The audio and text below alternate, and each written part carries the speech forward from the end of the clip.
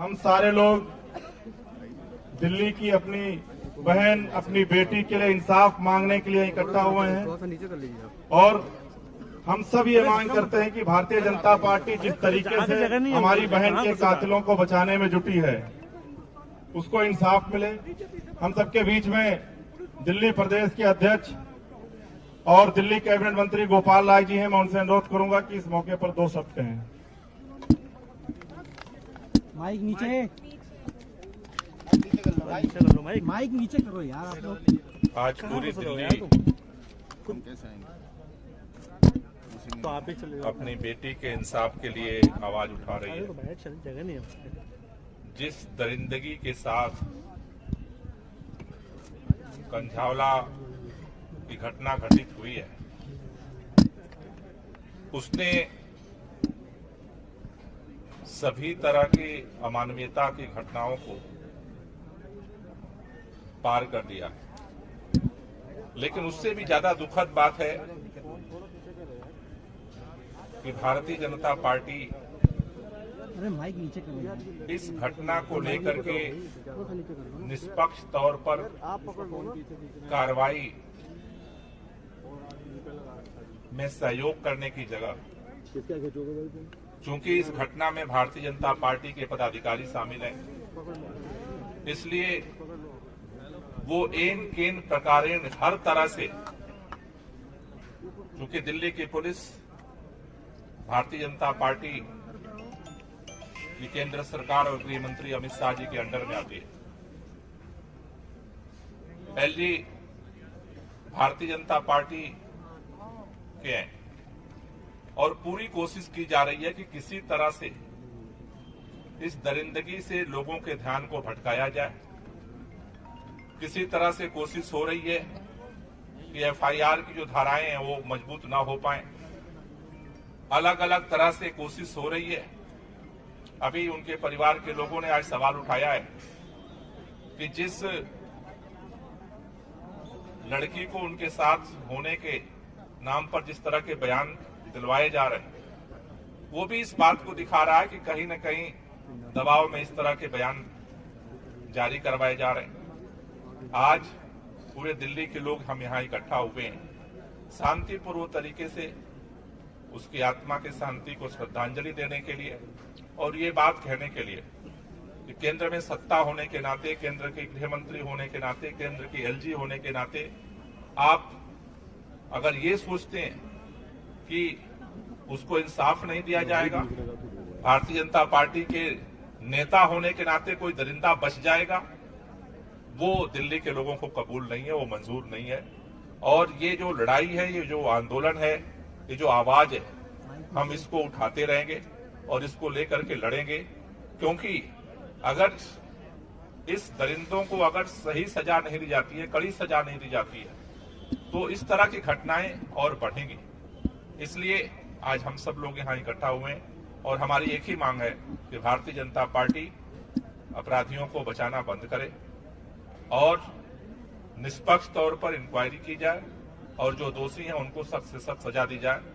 Bharatiya Janata party का होने के नाते किसी को इसका लाइसेंस नहीं मिल जाता है कि वो कुछ भी करेगा और वो बच के निकल जाएगा। तो आज हम सब लोग यहाँ इसीलिए इकट्ठा हुए हैं और आगे भी जब तक इसकी सही तरीके से जांच करके और इस पर कार्रवाई नहीं होती, आज अमित शाह जी मिलने के लिए भी तैयार नहीं। मेरा मानना है कि दिल्ली की अगर पुलिस गृह मंत्री के अंडर में है तो गृह मंत्री को इस पे संज्ञान लेना पड़ेगा, संवाद करना पड़ेगा। और ये घटनाएं लगातार बढ़ रही हैं दिल्ली के अंदर, लगातार एक पर एक घटना हो रही है और गृह मंत्री जी को इससे कोई मतलब नहीं है। पुलिस तो अंडर में चाहिए, लेकिन पुलिस सक्रिय रहे, लोगों को सुरक्षा दे, इसके लिए उनके पास समय नहीं है। दिल्ली के एलजी के पास सब कुछ करने के लिए समय है, लेकिन दिल्ली की सुरक्षा सुनिश्चित करने के लिए समय नहीं है।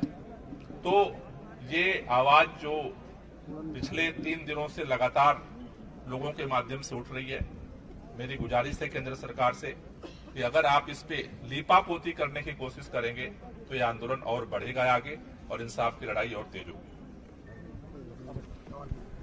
सर ऐसे मामले लगातार दिल्ली में आ रहे हैं, कभी द्वारका में, लगाओ। कभी निर्भया कांड। एनसीआरबी भी यही कह रही है कि दिल्ली महिलाओं के लिए सबसे ज्यादा सुरक्षित है, क्या कुछ कहेंगे आप? नहीं, मैंने तो एक बात कही है कि इसके लिए गृह मंत्री को समय निकालना पड़ेगा।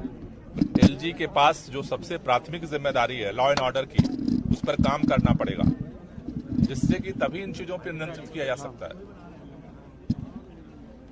सर जो फ्रेंड ने बोला है कि ड्रिंक की हुई थी, तो होश में नहीं थी, तो कैसे देखते हो इस बयान को? देखिए, अभी उनके घर के लोगों का ही बयान मैंने देखा, उन पर किसी को विश्वास नहीं है। किसी को ये समझ में नहीं आ रहा है कि अचानक ये इसको सामने लाया गया है, बयान दिलवाया जा रहा है। मुझे लगता है कि इसके निष्पक्ष जांच की जरूरत है, जिससे चीजें सामने आ पाए। ठीक है भाई।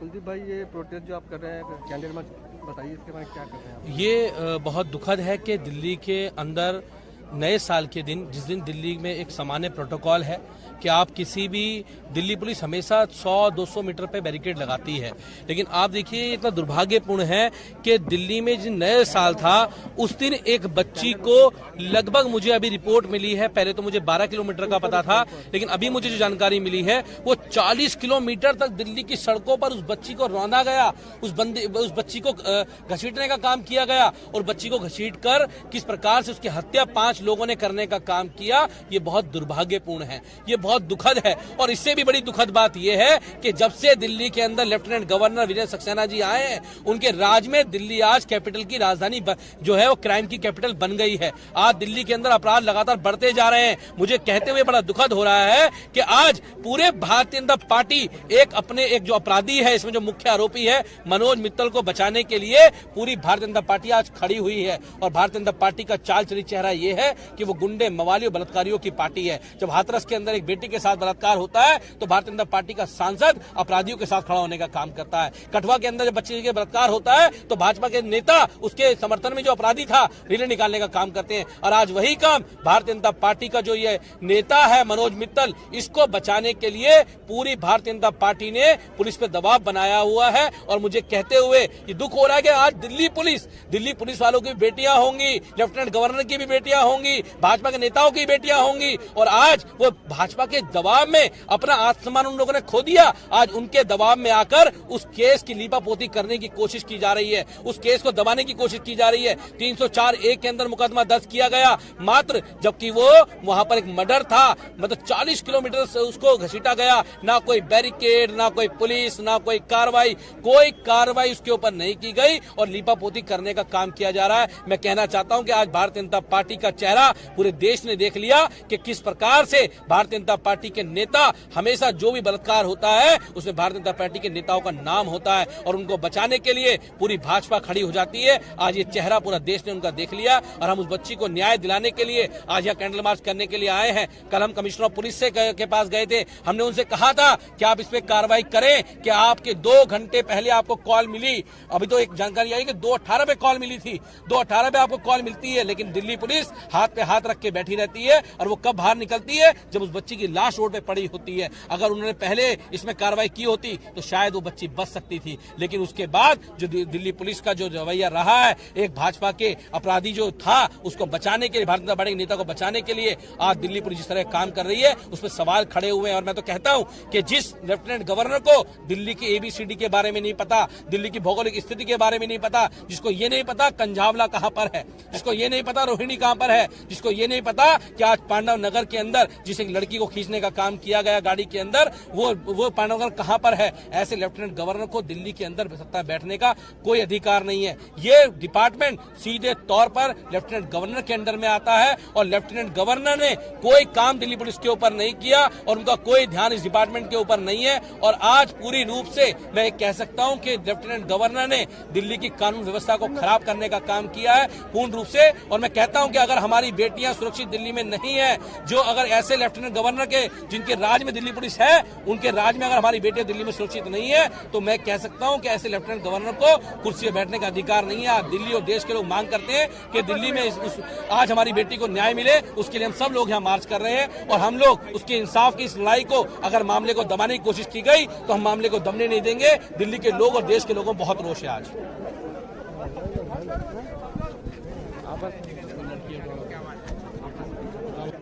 एक सेकंड मैडम, एक सेकंड।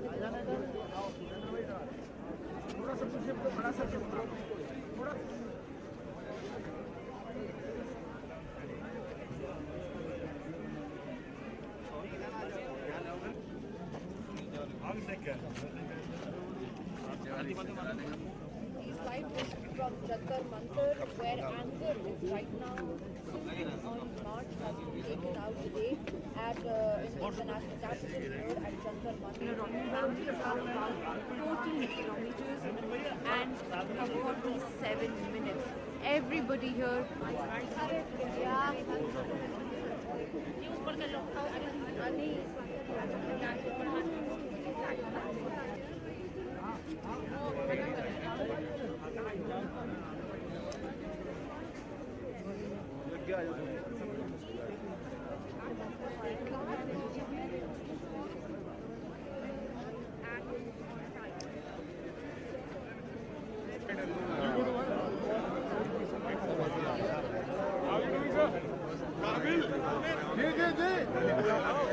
सर, आपने सबसे पहले आवाज़ आपने उठाया, प्रोटेस्ट किया, आज कैंडल मार्च करें, क्या कहना चाहेंगे? देखिए, आम आदमी पार्टी और दिल्ली के लोग अपनी बच्चियों के न्याय के लिए तब भी खड़े हुए थे जब निर्भया की हत्या की गई थी, जब गुड़िया की हत्या की गई थी, तब भी हम लोग यहीं पे खड़े हुए थे।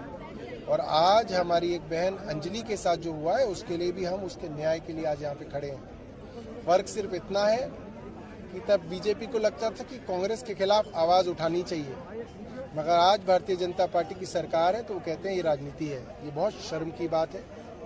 जिस तरीके से भारतीय जनता पार्टी की पुलिस ने पहले दिन से इस मामले में लीपापोती की है, जिस तरीके से भारतीय जनता पार्टी की पुलिस के डीसीपी ने अपराधियों का बचाव किया, कमज़ोर धाराओं के अंदर एफआईआर दर्ज की, पोस्टमार्टम के अंदर 36 घंटे की डिले की, एफआईआर दर्ज करने के अंदर 15 घंटे की डिले की, जिस तरीके से नए नए गवाहों को प्लांट करके इस केस को कमज़ोर किया जा रहा है, उस बच्ची के चरित्र के ऊपर सवालिया निशान लगाया जा रहा है, उसको मरने के बाद बदनाम किया जा रहा है, ये भारतीय जनता पार्टी की सबसे घिनौनी हरकत है। पोस्टमार्टम रिपोर्ट कह रहा है कि उस लड़की ने कोई शराब नहीं पी थी, और पुलिस और भारतीय जनता पार्टी एक लड़की को ढूंढ के लाती है, जो लड़की कहती है मैं उसके साथ थी मगर मैं भाग गई। जो लड़की उसके साथ थी और भाग गई वो उसकी दोस्त है या दुश्मन है?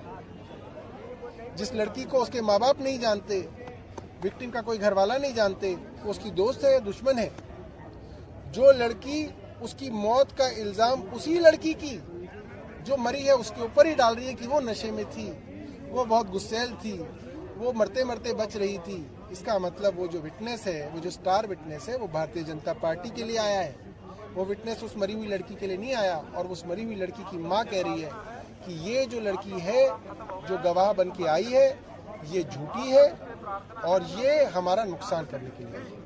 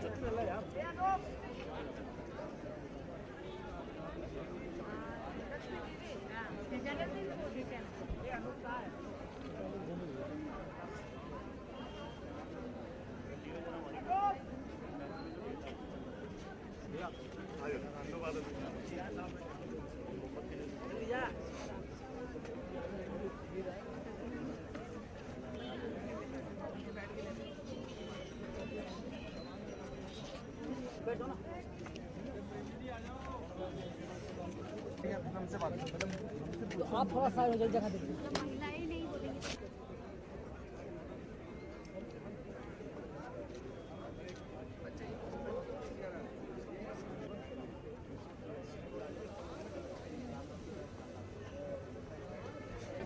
आप इस प्रोटेस्ट में आप लोगों ने सबसे पहले आवाज़ उठाया, कैंडल मार्च निकाले, आपने प्रोटेस्ट किया, वाटर कैनन का मार खाए, इसके बारे में बताइए आगे क्या है। जी, सबसे पहले तो ये बात कहने की है कि जिस बच्ची के साथ ये बर्बरता से ये घटना घटी है, यानी कि जिस तरीके से उसकी हत्या की गई है, वो अंजलि अपने परिवार को चलाती थी, अपने 2 छोटे भाइयों की पढ़ाई का खर्च उठाती थी, अपनी बीमार माँ का इलाज का खर्च उठाती थी और अपनी छोटी बहन का ख्याल रखती थी, पूरा घर चलाती थी। उस बच्ची के साथ जिस बर्बरता के साथ में हत्या की गई, 12-12, 13-13 किलोमीटर तक गाड़ी में फंसा के उसको घसीटा गया, 6-6 थाने पड़ते हैं बीच में, कोई पुलिस ने मदद नहीं करी, किसी पीसीआर ने मदद नहीं करी। जिस तरीके की घटना घटी है और जो आरोपी लोग हैं, जो 5 लड़के जिन्होंने इस घटना को अंजाम दिया, वो भारतीय जनता पार्टी के नेता हैं। दिल्ली के अंदर में लेफ्टिनेंट गवर्नर की पुलिस है और जिस तरीके से लीपापोती करने की कोशिश की जा रही है, 304 की धाराओं में मुकदमा किया जा रहा है। लेफ्टिनेंट गवर्नर ने कहा कि मैं फांसी की सजा दिलवाऊंगा, मेरा सर शर्मसार हो गया, शर्म से झुक गया। आप मुझे बताइए कि 304 के अंदर में, धारा 304 में फांसी का तो प्रावधान है ही नहीं। अब अलग अलग एंगल लेकर के आ रहे हैं, कभी किसी निधि को लेकर के आ रहे हैं, उससे स्टेटमेंट दिलवा रहे हैं। ऐसा कैसा दोस्त है जो अपनी दोस्त को जो है सो मरता हुआ छोड़ करके भागकर सो गया। एक पूरे के पूरे केस के ऊपर में लीपापोती करने की कोशिश कर रहे हैं, भाजपा के नेताओं को बचाने का प्रयास कर रहे हैं और उस बच्ची की हत्या की गई, बर्बरता पूर्वक हत्या की गई, जो बच्ची अपनी बीमार मां का इलाज कराती है, घर चलाती थी, 2 छोटे भाइयों का पढ़ाई का खर्च उठाती थी, अपना पूरा परिवार चलाती थी। उसके पिताजी की 5 साल पहले मृत्यु हो गई, उनकी जो है सो हो गई। ऐसी बच्ची के साथ इस बर्बरतापूर्ण घटना घटती है और आज पूरी भाजपा उसको बचाने में लगी है। लेफ्टिनेंट गवर्नर उस आरोपी को बचाने में लगे हैं जो भारतीय जनता पार्टी का नेता है। और आप देखिए, एक भी सांसद ने कुछ नहीं कहा, कोई घर मिलने नहीं गया, कोई भाजपा का कोई भी पदाधिकारी मिलने नहीं गया, कोई कुछ कहने को तैयार नहीं है। पूरे केस को लीपापोती करने की कोशिश कर रहे हैं। दिल्ली की बेटी के साथ में जिस तरीके का अन्याय हो रहा है, हम लोगों ने निर्भया के समय में भी आवाज उठाई थी, आज हम लोग अंजलि के लिए भी आवाज उठा रहे हैं, गुड़िया के लिए भी आवाज उठाए हैं और इसी तरीके से हम न्याय की मांग कर रहे हैं। हमारे मुख्यमंत्री अरविंद केजरीवाल जी ने पूरे परिवार को हर तरीके का सहायता देने का वादा किया है, चाहे कोर्ट में वकील खड़ा करना हो, चाहे आर्थिक सहायता देना हो, चाहे इलाज कराना हो, चाहे हर तरीके से परिवार के साथ खड़े हैं। हमारी यही मांग है, उस बिटिया के साथ इंसाफ हो और लेफ्टिनेंट गवर्नर जो एलजी है, उसने पुलिस की ऐसी हालत कर दी है, इसके खिलाफ एक्शन होना चाहिए, एलजी को इस्तीफा देना चाहिए और इस बच्ची के साथ न्याय हो। यही हमारी मांग है, जिसके लिए आज हम लोग कैंडल लेकर के फिर से जंतर मंतर पर इकट्ठे हुए हैं।